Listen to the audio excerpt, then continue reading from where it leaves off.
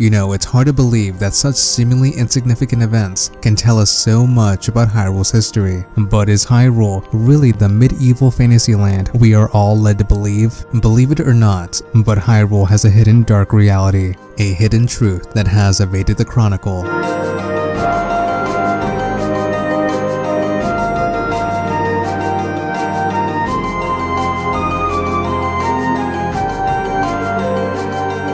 The history of Hyrule is one of deliberate complication. Wars, conflict, and even timeline splits are commonplace in the chronology. This cycle of conflict is destined to repeat over and over. However, where did it all start? To begin with, let's talk about all the different races found in Hyrule. Specifically, let's discuss the Hyruleans, the Gerudo, and the Sheikah. Where did they all come from? After the events of Skyward Sword, it was revealed that the denizens of Skyloft resettled to the surface, which later on became the Kingdom of Hyrule. Since the Gerudo were not around in Skyward Sword, we can infer that the ethnic group known as the Gerudo were formed after the events of Skyward Sword. For example, when the inhabitants of Skyloft settled in the surface, a group must have settled in Lanayru Desert, which over time became the ethnic group known as the Gerudo. Subsequently, Lanayru Desert was renamed to Gerudo Desert over time. But where did the name Gerudo come from? In Skyward Sword, an insect known as the Gerudo Dragonfly is seen. This dragonfly can be found in Lanayru Desert. However, it is doubtful that the Gerudo were named after a dragonfly. It is likely that this dragonfly was named that way because of the association with the desert. For example, take the Saharan silver ant. This ant was named after the Sahara Desert. We can attribute the same circumstance with the Gerudo Dragonfly, in which the term Gerudo must correlate with the western desert of Lanayru. In summary, the Gerudo tribe must have historical ties with the original inhabitants of Skyloft, which would make the Gerudo and the Hyruleans relatives in the grand scheme of things. Further proof of this lies in Ocarina of Time, where it has been revealed that the Gerudo venture into Hyrule to procreate.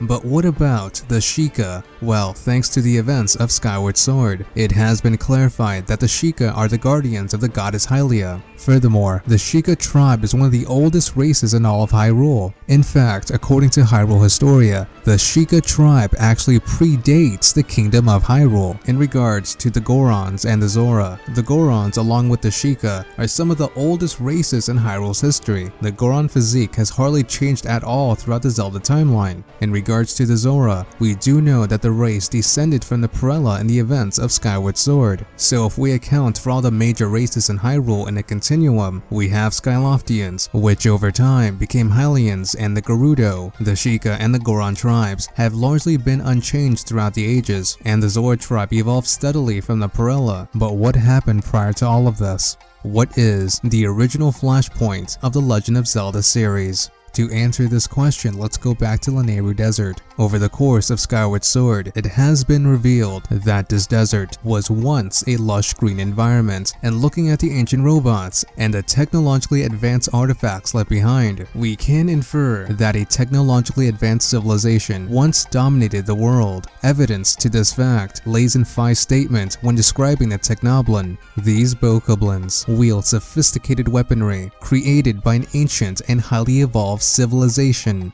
Furthermore, it is implied that an advanced society was present at one point. But they are not around anymore. All that is left of their great civilization is nothing more than ruins. But what exactly happened to them? Well, for one thing, we do know that this society mined time shift stones. These stones do have the ability to manipulate time. According to Fi, these stones were mined as a power source. In summary, what we do know is that an advanced society once existed. Obviously, their civilization is no more, but they mined extensively for time shift stones as a source of energy. In fact, they mined the area so intensively that the region turned from a lush green environment into a desert. Evidence to this lies with Fi's description of the area. So what happened to this great civilization? Well, in the intro of Skyward Sword, it has been revealed that the Demon King known as Demise came from a fissure in the earth. The exact words are, "The earth cracked wide." But a question remains, what exactly caused the earth to suddenly crack open? Well, the answer answer lays in the extensive mining for time shift stones. According to many real-life studies regarding mining, it has been revealed that extensive mining of areas can cause earthquakes. And what happened here? This ancient civilization mined the Lanayru region to the point that it turned into a desert.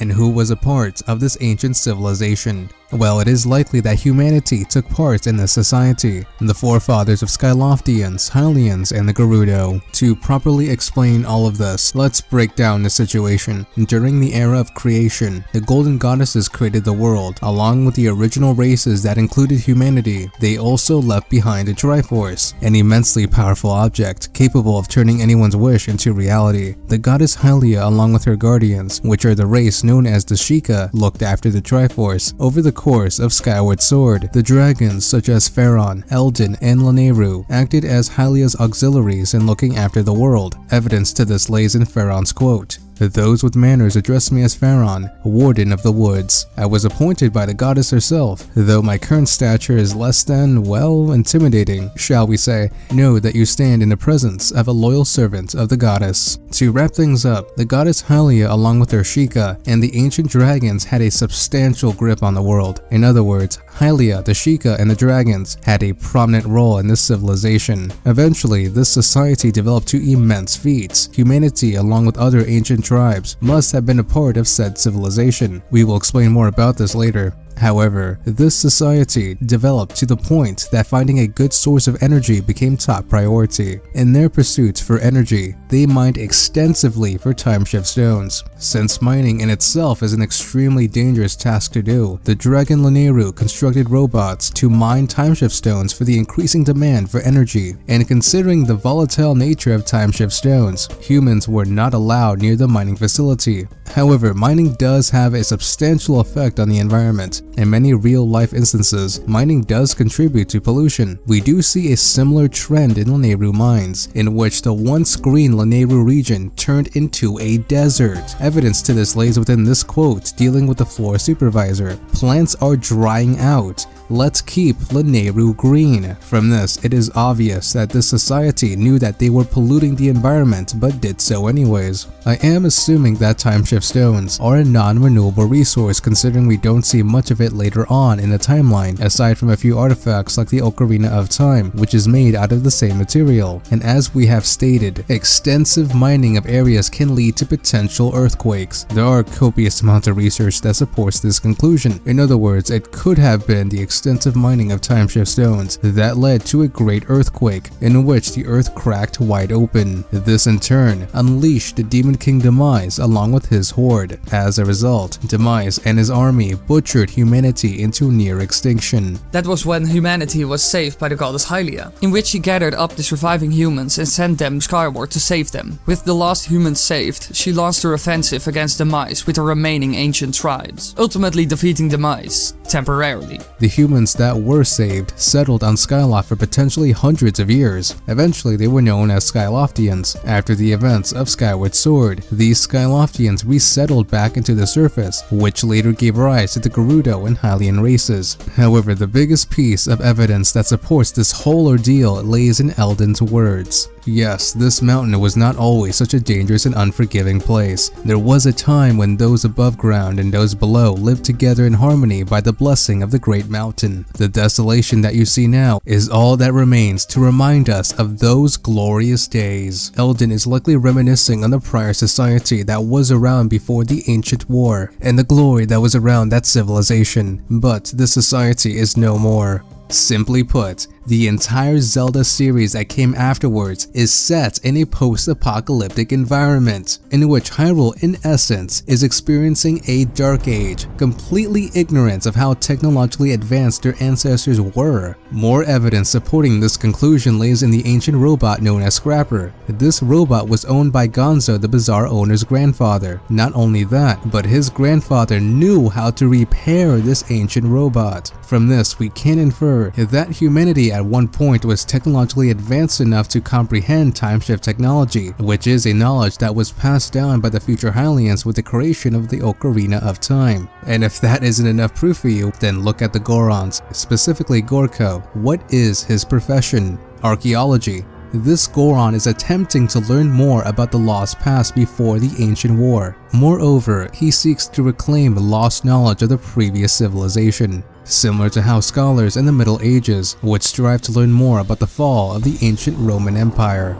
But what happened to the children of ancient man? Well, humanity led to Skyloftians, which later gave rise to the Gerudo and Hyrulean races. But what about the Oka? Well, after Skyward Sword, it is likely that not all the residents of Skyloft chose to settle in the surface. Some stayed on Skyloft, possibly in the pursuit of reclaiming the mantle of being technologically advanced, like their ancestors. The inhabitants that decided to reside in Skyloft later on became the race known as the Oka, in which they are technologically adept, an example of which is the Dominion Rod, which is an invention that the Oka constructed. However, I don't think they are as advanced as the previous ancient society, but they are definitely far ahead from the rest of Hyrule. However, where did the Oka come from? Well, to be completely honest, their backstory is a bit vague and obscure. Whether or not they are descended from Loftwings or Skyloftians, or maybe even both, is unknown. But we do know that they are around, and some members are fluent in the Hyrulean language, which implies a connection between both races.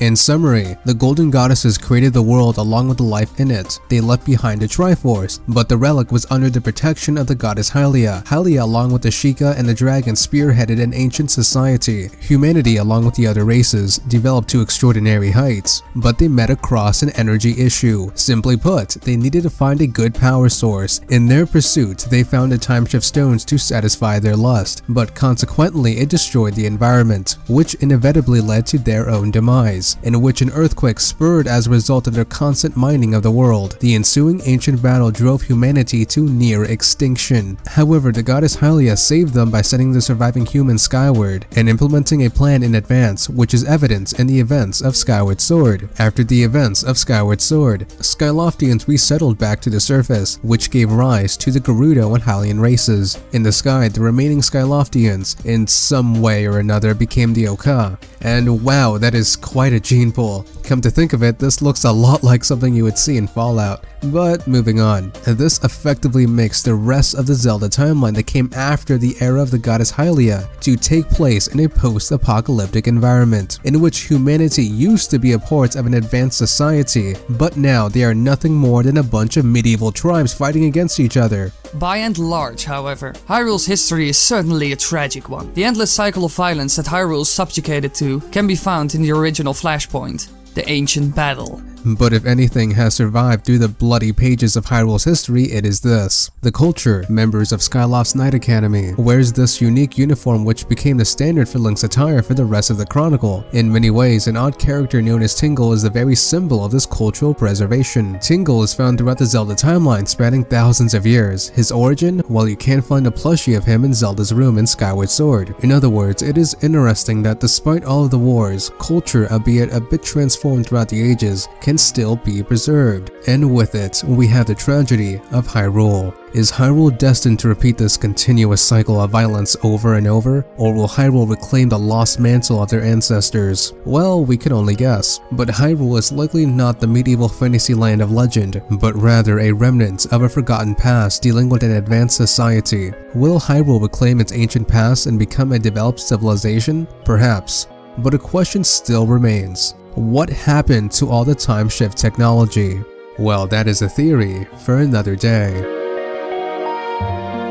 And wow, thank you guys so much for all the positive support. Special thanks goes to Zelda Conqueror for helping me out in this project. Seriously, he provided all the gameplay footage for this. To update on you all, you guys have voted, so the next Zelda theory will be about the life and times of Ganondorf, and I am pulling all the stops with the big bad himself. But the theorizing doesn't stop there. Want to know what exactly happens psychologically to Tingle? What really goes on inside his terrifying head? Well, click here to see another collaboration between Dr. and Willie and I over at his channel. Again, I would like to extend my deepest thanks to all the incredible support for these theories. I really appreciate it. Please like, comment, and subscribe if you're new. Till then, this is the video of the day.